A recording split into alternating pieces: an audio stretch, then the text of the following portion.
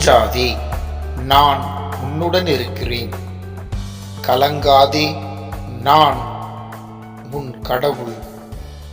நான் உனக்கு வலிமை அளிப்பேன், உதவி செய்வேன். என் நீதியின் வல கரத்தால் உன்னை தாங்குவேன். இறைவாக்கினர் எசாயா புத்தகம் 41வது அதிகாரம் 10வது இறை திருவசனம். ஒருவருக்கொருவர் பாவங்களை அறிக்கை செய்து கொள்ளுங்கள். ஒருவர் மற்றவருக்காக இறைவனிடம் வேண்டுங்கள், அப்பொழுது குணமடைவீர்கள். நேர்மையாளருடைய வல்லமை மிக்க மன்றாட்டு பயன் விளைவிக்கும்.